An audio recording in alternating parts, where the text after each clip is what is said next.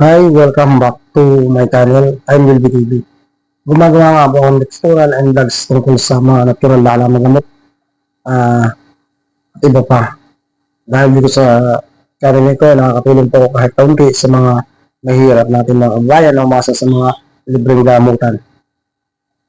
Kung bago lang po kayo dito sa channel ko at hindi pa po nakaka-subscribe, pwede po ba akong bigyan ninyo ng kanyang year na for the 2026? Pwede po bang dahil sa inyo subscribe, yan na lang po nyo pa pag-subscribe na lang po and paki-likes, paki-share po sa mga friends and family or relatives. Bali yung texture ko po ngayon, kung kayo ay nakakaranas ng high blood, yung anong mga sintomas, anong pwedeng igamot ninyo for the home remedy kung kayo ay malayo sa hospital, malayo kayo sa mga clinic, gabi na, madaling araw. Siyempre, pag madaling araw at gabi na, walang sasakyan yan, lalo na sa mga lugar na liblib na lugar. Ang ibig ko sabihin, ano ba yung liblib na lugar? Yung bihira lang dumaan yung mga sasakyan, may limit kahit araw, lalo na pag gabi, walang mga sasakyan. Kaya importante, kung meron kang pamilya talaga kahit e-bike, may mga sasakyan ka sa bahay, kahit 3 bike, may mga emergency o bike, di ba? O 4 wheels, di ba? Pero kung walang-wala talaga at mahirap yung buhay, hindi makakabili ka ba, di ba? Itong tips ko po na ito ay ginawa para sa mga tao na napuspalan na wala talaga silang pambayad sa hospital para magpa-check up. Or kahit po may pambayad ka sa hospital at napanood mo po itong video na ito, pwede mo po bang itry kung kayo po ay ina-atake ng high blood, lalo na yung makasama ninyo sa bahay ay walang alam sa nag-search ng video na to. Yung sintomas ng high blood, suka ng suka, tapos umiikot yung tingin, ang tayong katawan, tapos sobrang init din ng buong katawan, ganun. Yan po yung sign ng high blood. Ganito po ang gawin ninyo, lalo na kung nag-BP yung tao at alam na ninyo na yung tao ay sobrang taas ang BP, high blood. Kung may yelo kayo sa bahay, ang gawin ninyo, kuha lang kayo ng yelo na isang buo, durugin ninyo. Okay, durugin nyo. Kumuha kayo ng malinis na lagayan, kagaya ng planggana. Anong pwedeng paglagyan niyo sa bahay ninyo kung wala kayong planggana or bowl, kung anong tawag niya, planggana, ganun. O kaserola, ganun, planggana. Tapos, yung yelo, lagyan niyo ng tubig. Mga isang tabo at kalahating tubig. Para yung yelo matunaw doon sa tubig. Then, kumuha kayo ng malinis na tila na puti. Yung tao na high blood, dampi-dampian ninyo sa ulo habang nakababad yung kamay niya doon sa planggana na may tubig. Ibabad ninyo yung kamay niya 5 to 15 minutes. Yan, bababa ng ang dugo ng tao na yun sa kagiginhawa yung pakiramdam niya kapag binabad niya yung kamay niya doon sa may yelo. Then, lagyan naman yung yelo ng tubig kasi yan parang yung isda na mapula pag walang tubig na nilagay nyo. Yung yelo, lalagyan nyo ng tubig. Ulitin ko, kumuha po kayo ng yelo, durugin ninyo sa yelo. Ilagay ninyo sa planggana or sa malukob na lagayan. Pag nadurog na si yelo, lagyan ninyo ng tubig, mga 1 litro, kalahati. Kung may tabo kayo o scooper, mga 1 tabo at kalahati para yung yelo ay matunaw. Huwag na sobrang dami po kasi yung yelo para hindi siya matunaw kagad. Kasi yun yung pampabisa, yung may yelo kasi na habang nakababad yung kamay niya, ay nadadama ng taong may high blood. Yan.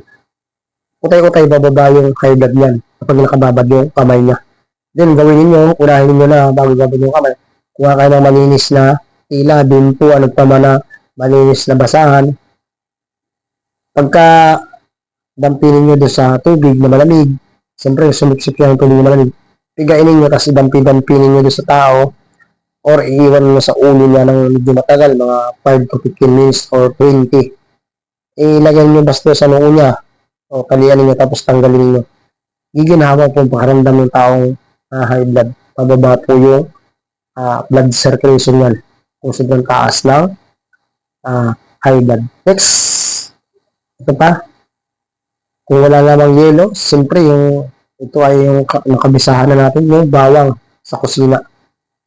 Bawang sa kusina, kuha ka ng 3 praso, kuha ka ng 1 basong tubig, ihawin mo yung bawang, ihawin mo. Happy naman kayo sa inyo, di ba? Yan yung kailangan natin sa bahay. Siyempre, hindi ako nagtataka na may apoy kayo palagi sa bahay nyo. Kahit sa gasol, ihawin ninyo. Yung bawang hinaan lang yung apoy, ihawin ninyo. Kung may pang sipit kayo dyan, atong gamitan ninyo para hindi kayo magkaso. Mga 3 praso. Then pag naihawin nyo, durugin ninyo sa bawang, ibabad ninyo sa baso na 1 basong tubig na maligam-gam. Salain ninyo, painumin ninyo sa tao, bababa yung high blood niyan. Yan. O kaya pag-gumin mo ng bawang kung wala namang gasol sa inyo, nagkataon ng high blood. Yung tao ay high blood na high blood. Tapos yung gabi, naubos yung gasol. Siyempre, talagang yan hindi maiwasan ganyan. O, si bawang, gawin mo naman, durugin mo, kaya pahugo mo. Kuha ka ng 3 praso, durugin mo mabuti. Pagkadurog mo ng mabuti, kuha ka na may tubig, ibabad mo ron 3 to 5 minutes, maluluto si bawang. Yung katas siyempre ni bawang, pupunta doon sa tubig, salain mo, or tanggalin mo lang yung 3 prasong bawang na durog, pwede mo naman yan na iskupin ng kutsara yung bawang kasi 3 praso lang. Ipainom mo kay na high blood, epektibo yan. Yan po yung mga home remedy na in case of emergency na high blood yung tao na kasama mo sa bahay. Yung 3 na yan. Si bawang, si yelo, ano pa? Si coke. Yan. Ito kung halimbawa yung iba nga, mahilig sa tahanan. Maganda ito sa super high blood din po. Kung araw halimbawa, or may natira naman kayong coke doon sa bahay. Ganun. Kumuha kayo ng coke mismo or 1 basong coke. Tapos high blood yung kasama mo sa bahay. Kuha ka ng 3 prasong bawang. Pitpitin mo si bawang o si garlic. Pagkapitpit mo, ihulog mo sa coke. Hanggat nakulo si bawang, di ba mo kumukulo-kulo yan maalsa si coke. Hanggat kumukulo yung bawang, huwag mo tatanggalin. Pagkatapos yung kulo-kulo na ng bula ng bawang, saka mo siya, iskupin ng kutsara si bawang, tanggalin mo. Ipainom mo yung coke sa taong high blood. Baba yung dugo niyan. Yan po yung 3 tips na mga katulong sa taong high blood. Okay.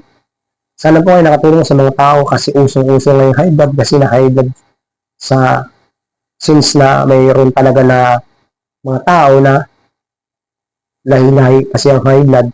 May tao na high blood dahil sa stress. May tao na high blood na dahil sa